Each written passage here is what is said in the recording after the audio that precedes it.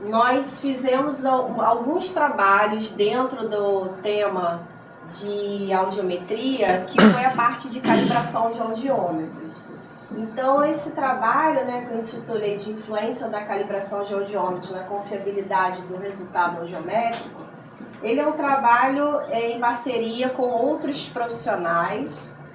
O Henrique, que é engenheiro, que faz o mestrado também em metrologia e qualidade, que ele é de um laboratório acreditado para a parte de calibração de audiômetros. O Nelson, que é o engenheiro da divisão de acústica e vibração do Inmetro, que trabalha com a parte de calibração de audiômetros e calibração dos padrões dos laboratórios que fazem calibração de audiômetros. A fonoaudióloga Denise Torrião, que está fazendo doutorado na PUC de São Paulo, na parte também de confiabilidade do exame audiométrico, relacionando incerteza de medição ao exame.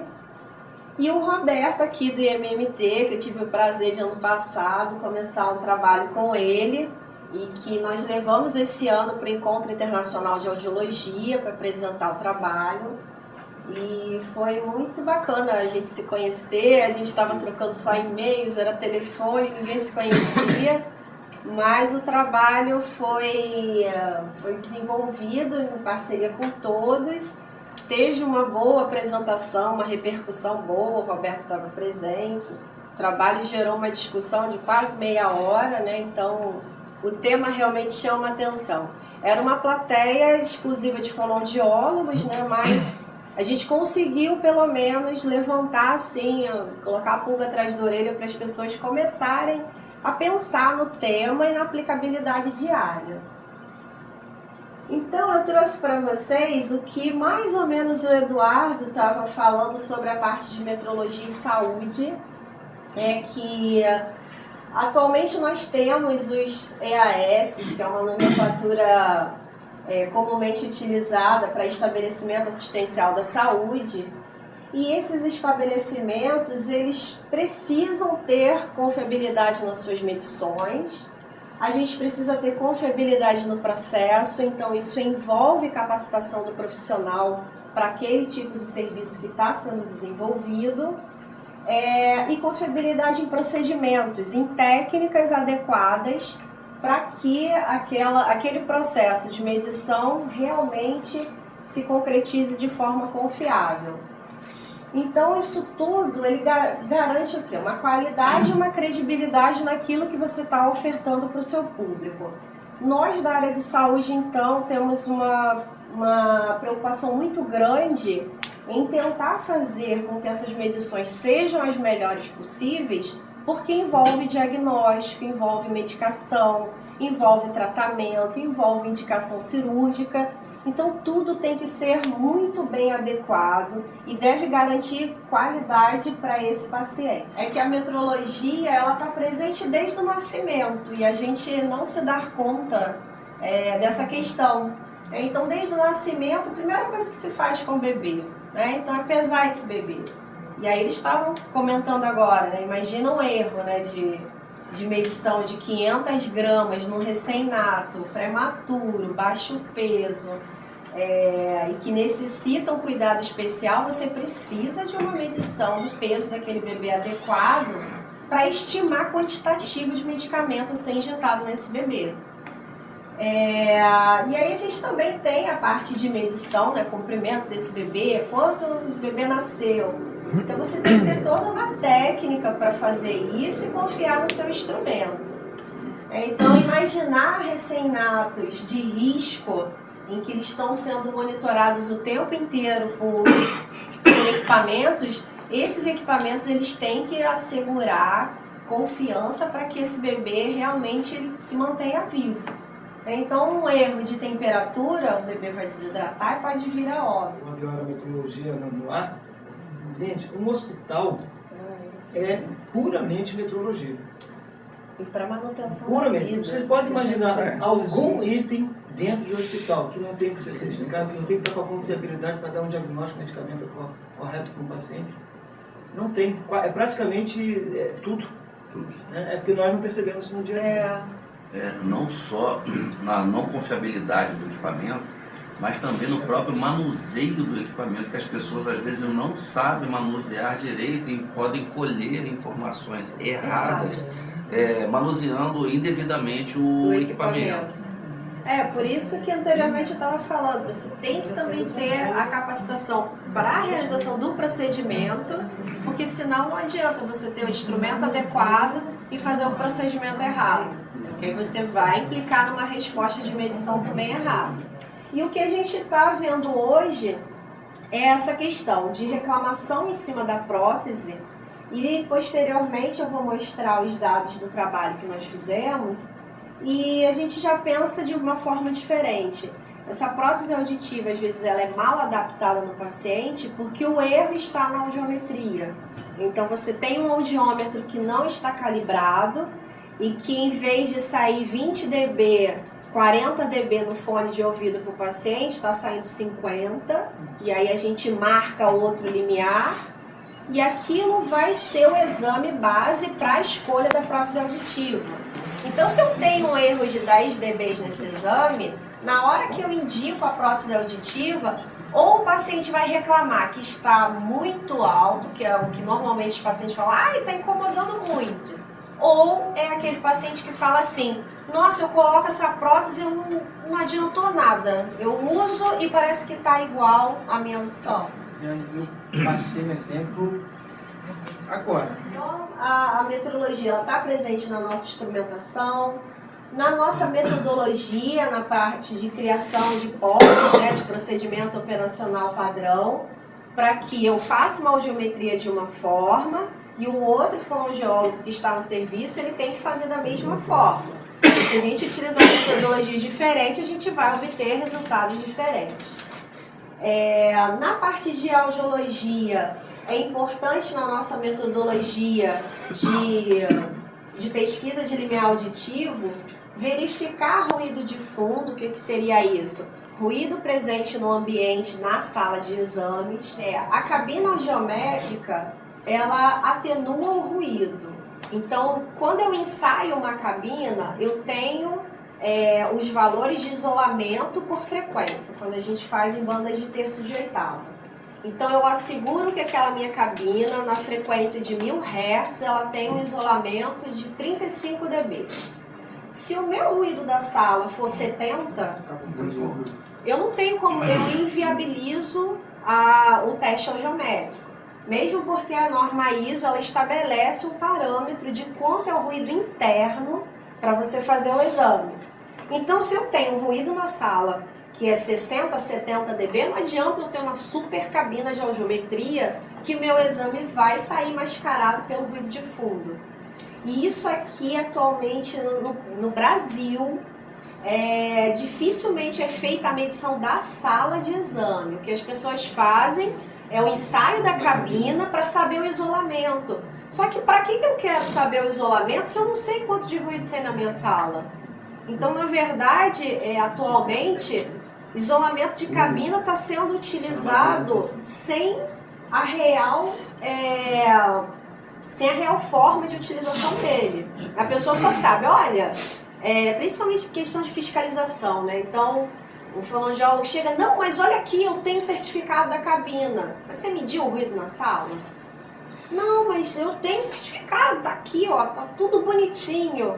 E aí a gente explica, mas se na tua sala tiver uma fonte, você tem um ar-condicionado barulhento, você tem o telefone tocando uma recepção, e principalmente lá no Rio, as clínicas de saúde ocupacional, elas têm assim uma sala de espera que é para 70, 80 pessoas. Todas elas estão falando ao mesmo tempo. Então você tem um ruído de fundo muito forte e não há cabina que vai dar jeito nisso. Mais caro o limiar do paciente, aí dá problema, tanto na parte admissional e na parte de exame periódico de comparação. A gente também faz aqui esse ensaio, né, da cabina geométrica, e realmente a gente encontra vários problemas em relação a isso. Sempre que o cliente me liga, Alberto, vem aqui fazer um ensaio e tal, é uma discussão e uma conversa que a gente tem que ter com ele com muito cuidado, né, porque eu faço uma medição interna na cabine faço uma externa e olha só, não adianta a cabine ser perfeita, ser maravilhosa, a sala está no local errado, tem que procurar no prédio, o melhor local, onde tem o menor ruído, então eu sempre dou essa orientação realmente. Eu fico imaginando aqui na indústria offshore, nós temos aqui só da Petrobras, de modo geral, nós temos entre 120 e 130 unidades. Perfuração, operação, frontéis, que são hotéis para fazer manutenção, tal. E todos esses trabalhadores, para embarcar, eles têm que passar pelos homens audiológicos. Senão ele não é obrigatório. Tem que passar pelos periódicos e quando também ele sai, ele também tem que passar pelo demissional, tem que passar para saber se ali numa plataforma é um ambiente de... Né? Às vezes chega a decibéis que pode, o cara tem que usar, às vezes não usa e tal. Demissional para saber se ele adquiriu alguma saúde ocupacional, particularmente um risco físico, como esse e tal. E não tem nenhum desses aqui na região. Eu estou falando de 120, 130 unidades, eu estou falando de 40 mil pessoas. Estamos falando de 40 mil pessoas que são obrigatoriamente tendo que passar por isso aí periodicamente.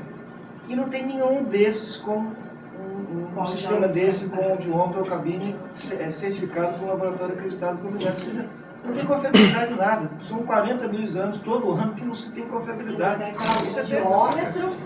Então é um equipamento que é destinado a fazer a medição do limiar auditivo em faixas de frequências que abrangem grave, médio e agudo. E ele deveria ser, eu entrar na parte de calibração agora, ele deveria estar calibrado e que a sua calibração fosse realizada no ambiente com condições ideais. Monitoramento de temperatura, pressão e umidade. Então, normalmente você tem essas determinações, até mesmo por conta da norma ISO 17025, que é uma norma sobre laboratórios de ensaio e calibração. E aí a calibração normalmente faz o quê? Uma comparação entre um valor indicado e um valor de referência. No caso de audiômetros, normalmente comparação com as tolerâncias de norma ISO da 60645, parte 1. Então, você faz essa correspondência e determina se aquele equipamento realmente está dentro das tolerâncias de norma ou não. Calibrar o nosso instrumento, pensar no audiômetro. Eu calibro o meu instrumento por quê? Porque eu quero agregar confiança ao meu exame. Então, eu elimino uma variável, o exame audiométrico tem inúmeras variáveis que influenciam no resultado, mas pelo menos uma delas eu tento controlar, que é o quê? Calibrando para que eu tenha limiares auditivos mais fidedignos com o que realmente é a sensação sonora do paciente. Eu vou garantir qualidade e segurança no resultado que eu vou emitir para o paciente. O assunto de calibração de audiômetros, aqui eu não vou entrar em detalhes, mas é só para ilustrar que existe uma preocupação internacional com o assunto. Então vocês podem ver aqui a quantidade de normas internacionais que existem para a calibração de audiômetros. Então é um assunto de preocupação internacional, não é só aqui no Brasil. Então eu tenho todo um quantitativo de normas que são utilizadas por outros institutos de metrologia internacionais que se preocupam em garantir a qualidade de serviço da calibração de audiômetros. E atualmente o que a gente tem hoje aqui no Brasil com relação à calibração de audiômetros? Existe a resolução 365 do Conselho Federal de Fonoaudiologia e o que a gente resolve? Que esses audiômetros eles devem ser calibrados a cada 12 meses. Então, período de um ano, esse equipamento tem que ser calibrado. A calibração ela pode ser efetuada por laboratórios acreditados, via RBC, ou laboratórios que têm equipamentos calibrados atualmente no IMETRO. Então, esse ou abre a porta para qualquer laboratório que não faça parte da RBC, que não passou por auditoria e que não atende a 17.025 a fazer a calibração. Então isso aqui é muito complicado, porque a gente abre a porta para qualquer laboratório fazer. No início também, dependendo da habilidade de quem está trabalhando, o profissional, né, do operador do equipamento, se ele tiver mais experiência, ele pode saber até antes de 12 meses se o equipamento dele ele tem o sentimento, se o equipamento realmente está precisando de uma calibração ou não, até mesmo antes dos 12 meses. Isso, então 12 meses é o tempo máximo em condições normais. Normais de uso, que o fone não caiu no chão, que o vibrador não caiu no chão. Tem toda uma dinâmica em cima disso aí, de verificação dessa periodicidade de calibração. Além disso, para o empresário também, né? Claro. Porque o cara faz o exame, o algeômetro está calibrado, ele tem uma anomalia auditiva, entra naquela empresa, aí ele vai adquirir lá. Aí uma perda auditiva é uma base. Indenização trabalhista. Previdenciária. Isso implica também nessa parte de indenização. O boletim número 2 do Comitê Nacional de Ruído e Conservação Auditiva. Quando foi em 1999, numa outra reunião, os profissionais eles fizeram uma revisão no texto. Por quê? A fim de aumentar a confiança dos exames, pode baixar um pouquinho. O que eles incluíram no item G? Que para você aumentar essa confiança nos resultados, você teria que ter uma calibração acústica anual do audiômetro pela Rede Brasileira de Calibração. E aí o que a gente tem também de norma com relação ao Ministério do Trabalho, né? A gente tem a NR7, que eu acho que é de conhecimento de todos, da parte do BCMSO, fala que o audiômetro deve ter uma aferição acústica anual, fala que o procedimento do exame aqui é só um S, que na hora que digita fica isso. Deve seguir o que tem na norma ISO 82531, e a norma 82531 fala na questão da calibração de audiômetros. Então existe uma preocupação também do Ministério do Trabalho com relação à calibração dos audiômetros. Aqui eu trouxe só um texto da ISO, né, que ela fala sobre o zero de referência do equipamento para você utilizar no exame audiométrico. Então eu trouxe como referência da NR7, que faz menção à ISO.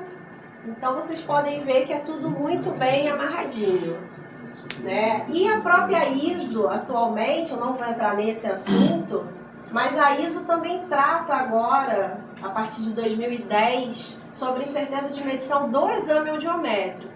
Por ele ser um exame subjetivo, ele tem vários parâmetros de influência, né? Então pensar que a calibração é um deles, que vai influenciar no limiar, mas o jeito que eu coloco o fone de ouvido ou vibrador ósseo também vai causar influência. O meu ruído no ambiente vai influenciar o limiar. Utilização de mascaramento clínico, que é uma técnica normalmente utilizada para perda unilateral, vai alterar. Experiência do examinador vai alterar o resultado. A cooperação do paciente e pacientes em situações especiais.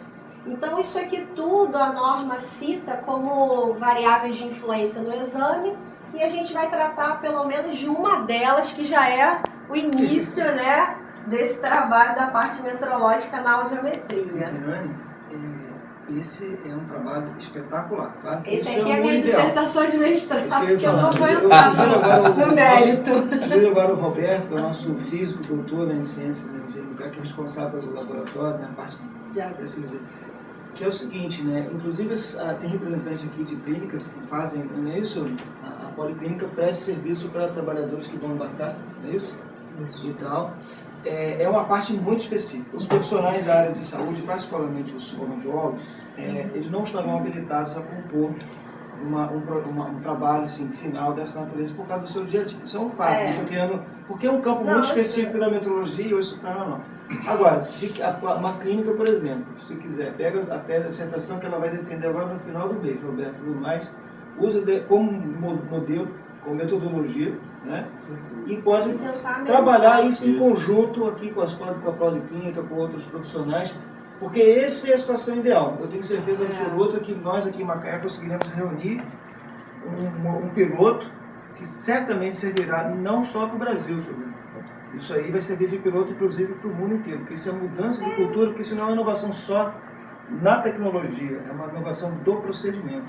A última versão da ISO 82531 era de 1999, então ela estava muito tempo sem revisão. Então a revisão foi em 2010, e aí ela fala sobre estimar incerteza. Então, além de você dar o resultado do seu exame audiométrico, você teria que ter uma legenda falando sobre a incerteza de medição daquele método. É tantos dBs em tais frequências, e eu estou garantindo essas respostas em uma probabilidade de 95%. A rede brasileira de calibração, para quem é um profissional que está submetendo seu equipamento a um laboratório acreditado, garante uma melhor qualidade no serviço, eu tenho maior confiança de resposta do meu equipamento para poder dar o meu laudo geométrico, e eu tenho menor índice de erro ou correções a ser realizada pelo fono.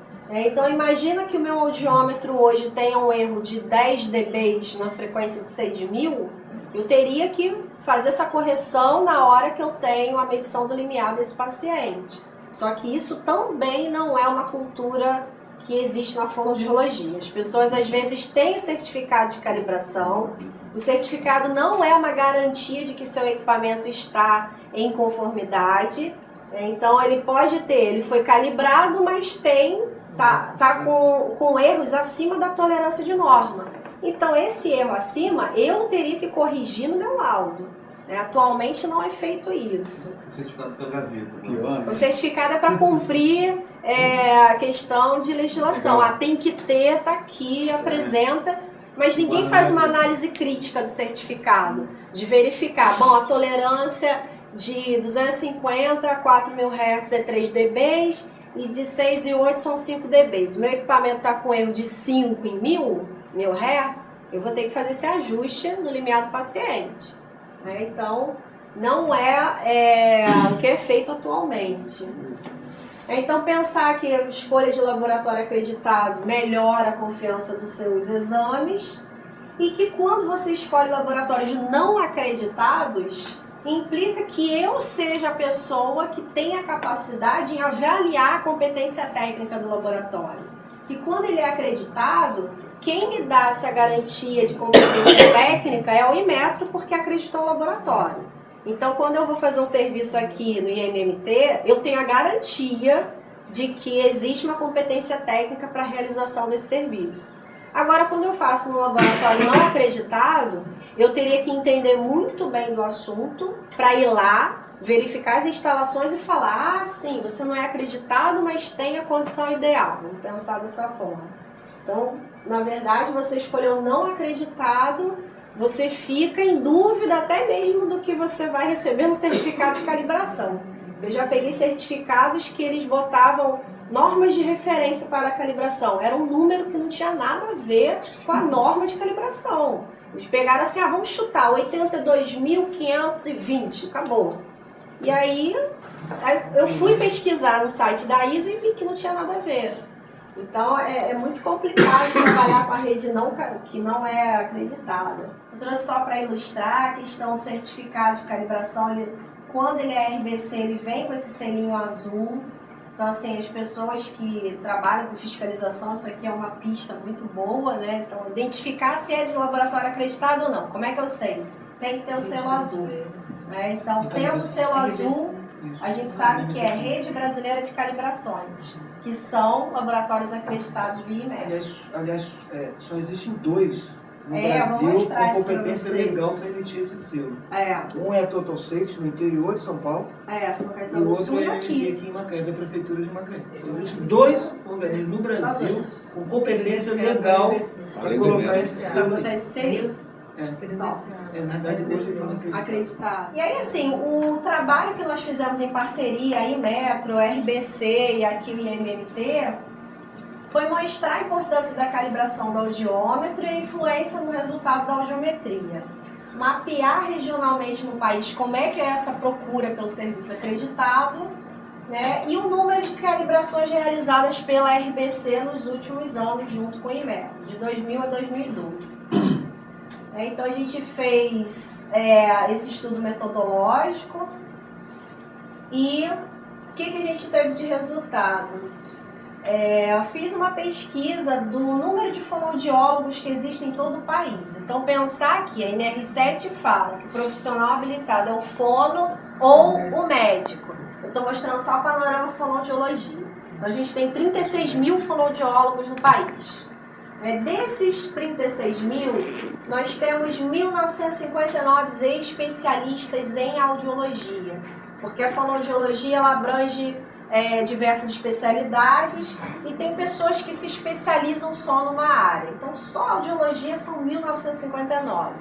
Fora as pessoas que não pedem o título de especialista em áudio pelo conselho. Então, com certeza, esse quantitativo aqui é muito maior. Então, nós temos esse panorama de fonoaudiólogos no país. E aí, quantas calibrações a gente tem num período de 12 anos? 190. É uma vergonha esse número aqui. E se você tem pelo menos 35 mil no país, você tem 190 em 12 anos. Não é um período de um ano, não, tá? São 12. E aí a gente estimou aqui a quantidade, né, dessas calibrações por ano, entre 2000 e 2012. A gente vê em azul a quantidade que o Inmetro calibrou, 63, até o Inmetro calibrou pouco. Então, até 2007, só existia o Inmetro fazendo essa parte de calibração. A partir de 2007, a Total Safety foi acreditada pelo Inmetro para fazer calibração de audiômetros. Então, ele começou aqui com um número grande. Em 2009 tem esse salto, que lembra que eu mostrei a resolução do Conselho Federal? A resolução de 2009.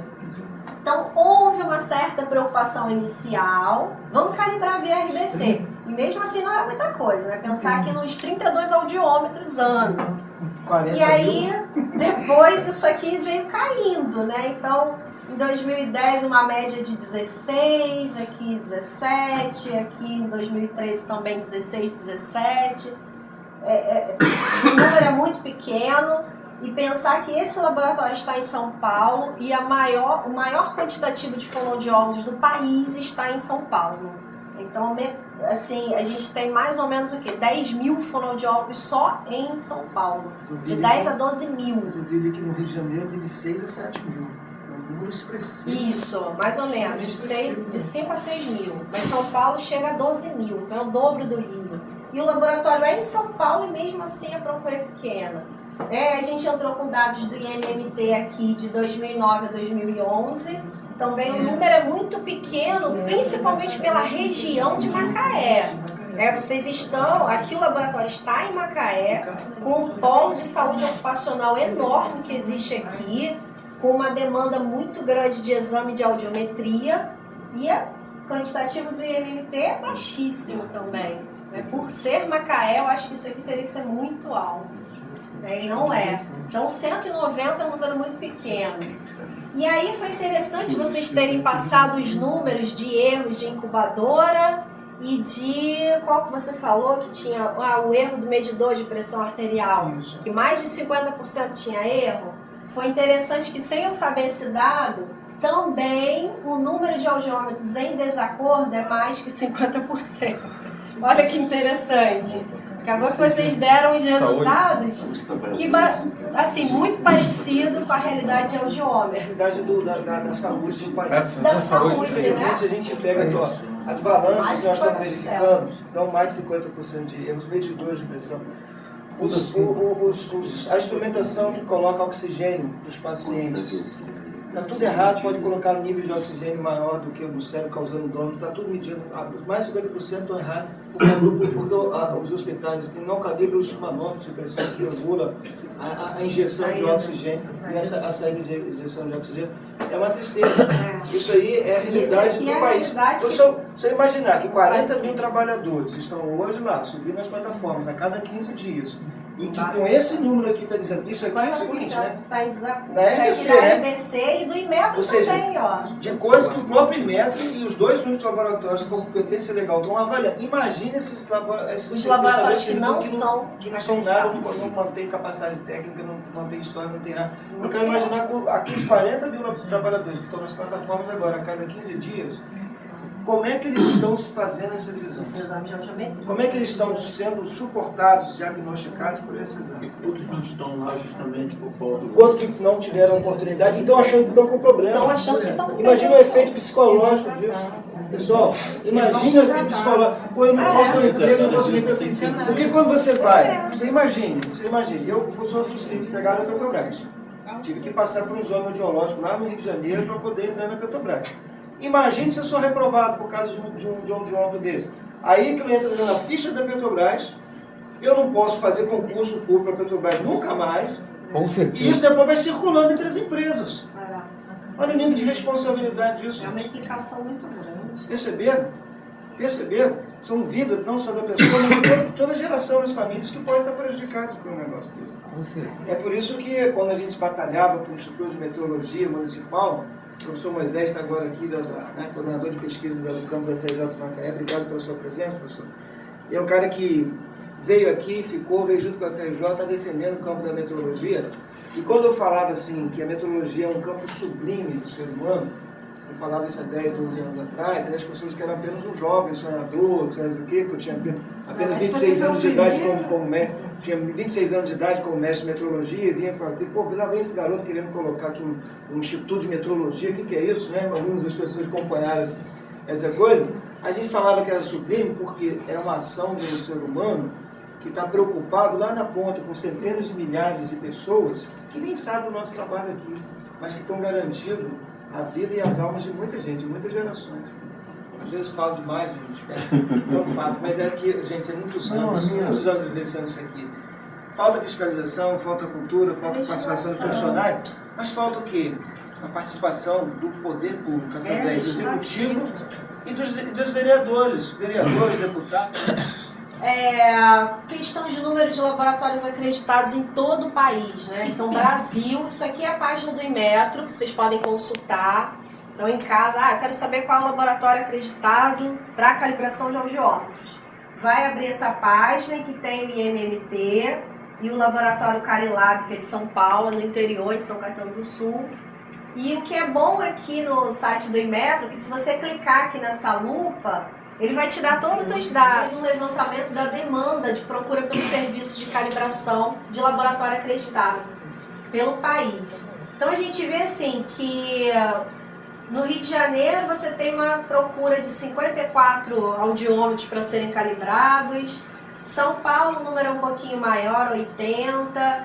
Em regiões mais distantes, vocês podem ver, nem ninguém aqui fez a procura pelo laboratório acreditado. Você tem vários estados que não tem nenhum audiômetro calibrado via RBC. E aí a procura pelos outros estados é bem pequena, né? 2, 1, 6, 2, a maior parte no eixo Rio, São Paulo e Minas. Então a gente até julga que pode ter essa procura maior aqui por os laboratórios estarem em São Paulo e Rio. Recentemente, né, Roberto? O Acre nos procurou e Mato Grosso também. E Mato Grosso, Cuiabá e Acre, né? Chega até a procurar. Né? E Equador também. Equador também. 10 anos atrás, eu tive uma reunião com a presidência e diretoria do INEP. Era o Armando Mariante, que era ex-diretor do BNDES e foi ser indicado para ser presidente do INEP. Aí eles colocaram essa questão. Eu falei assim, é extremamente simples. Basta o Inmetro incentivar que as prefeituras municipais em determinadas regiões do país criem institutos municipais de meteorologia, porque a área particular, a área privada não consegue suportar isso. Os investimentos são muito altos, o tempo é muito longo para o retorno. Por exemplo, você tem uma estrutura para certificar o medidor de pressão arterial humana, é uma estrutura muito gigantesca para você certificar um equipamentozinho cujo serviço é R$ 8, R$ 12. Não paga. Mas vão deixar de fazer? Vai deixar de certificar um medidor de pressão, um audiômetro, uma balança, um termômetro, que coloca em risco imediato a vida de um ser humano? Vai deixar de fazer?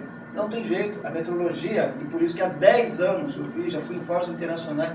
Aliás, a criação do MMT, de fato, eu defendi num congresso quando eu estava na Escócia. Quando eu estava na Escócia, a defesa da criação do MMT, a ideia, na realidade, quando surgiu, eu estava num hotel na Escócia, no Hotel Ibis, na Escócia, em Glasgow. Quando eu fui para o congresso, eu falei assim, não tem solução. ou parte para o poder público, o governo federal, junto com os municípios, fazer esse processo de disseminação, o que eu chamo de municipalização das atividades da metrologia legal. Aliás, há 12 anos eu estou chamando a atenção do país para esse movimento, e aí você resolveria esse problema. Você teria aqui uma prefeitura com o suporte do IMET, que está aqui, ó, De repente, na região. com o suporte do IMET lá, capacitando, manda o pessoal que sabe do quê, e aí parte do orçamento público, parte das verbas federais que vão para a área de saúde pública, é isso que poderiam ser disseminadas. Por quê? Porque isso evita, a longo prazo, num horizonte de 3, 5, 10 anos, muitas entradas em hospitais e clínicas poderiam estar sendo evitadas e economizando bilhões de reais para o país.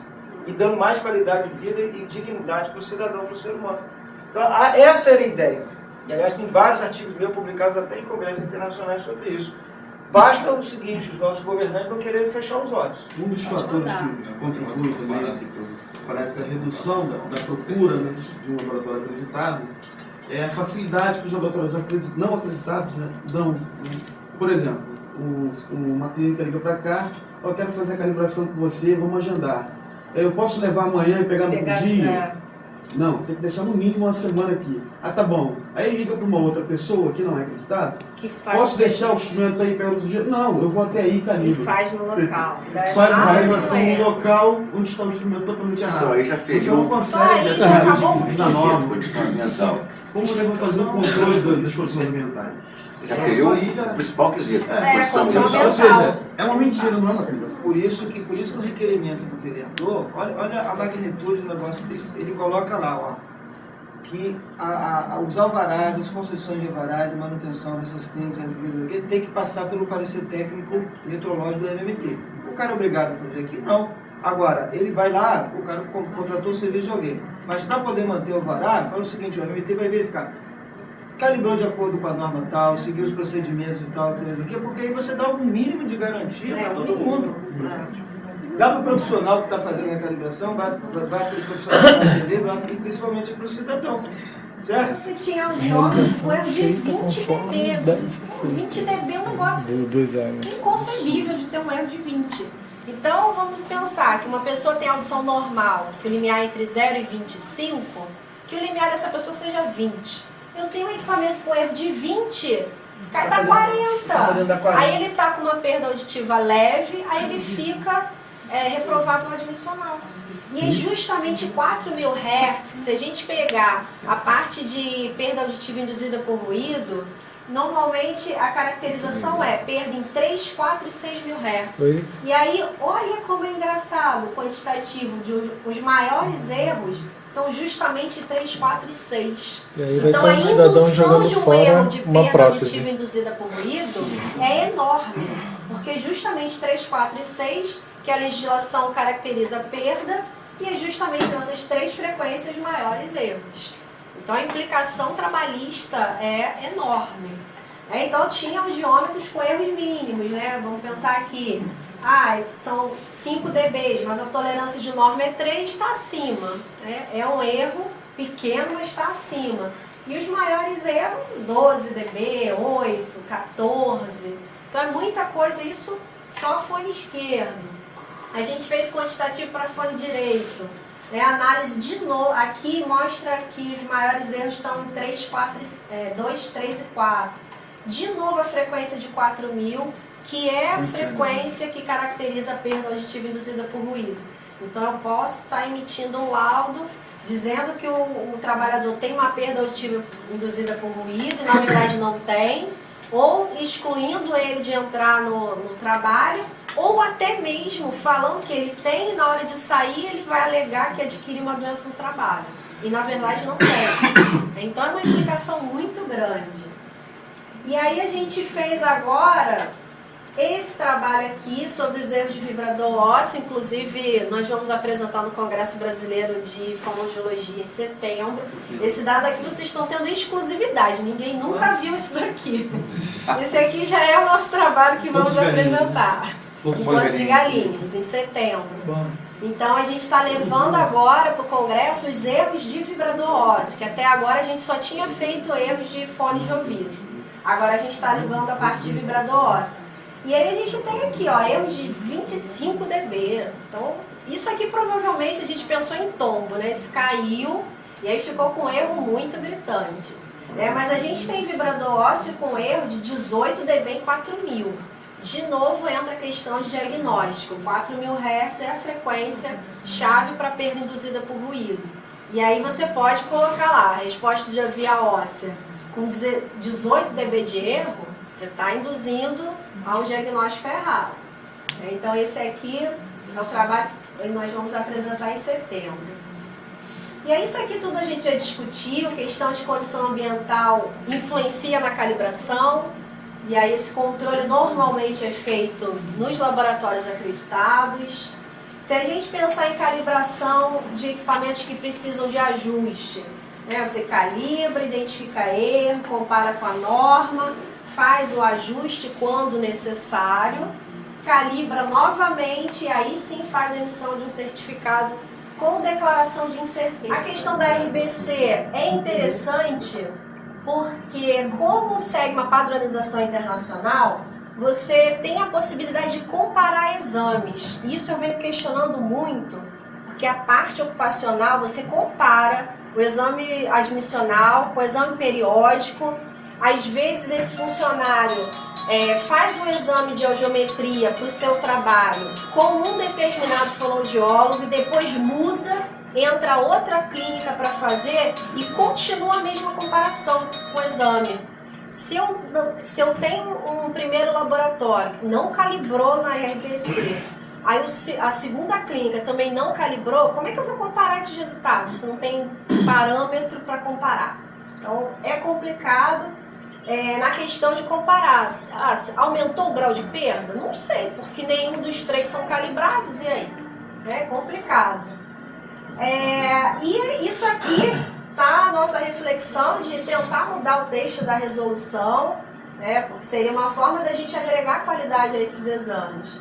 E mudando esse texto, a fiscalização dos regionais poderia estar tomando a frente, indo nas clínicas, verificando esses certificados. E aí deixa o nosso recado, o trabalho em parceria com o Inmetro, a RBC, a Vigilância Sanitária do Rio, nossos contatos.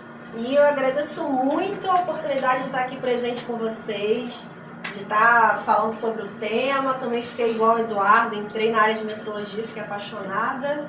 E muito bom poder compartilhar desse conhecimento com vocês.